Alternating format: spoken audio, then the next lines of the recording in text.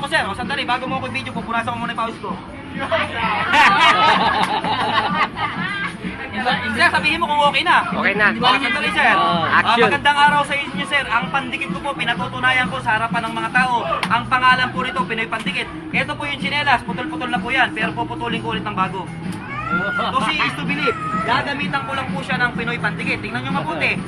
Dahil ikaw po ay magtitiwala rito, actual po yan sir. Tingnan mo mabuti sir. Itutok mo lang yung paningin sa dinidikitan natin. Ngayon, ang pandikit natin, walang camera tricks. To see is to believe.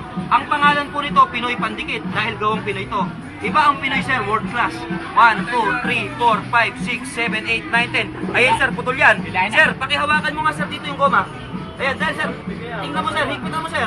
Kung gaano kahusay ang gawang Pinoy, maaasahan mo.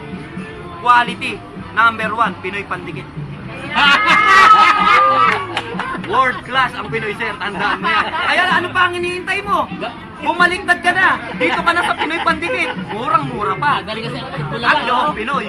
Tangkilikin natin ang gawang Pinoy. Tandaan mo yan sir, world class.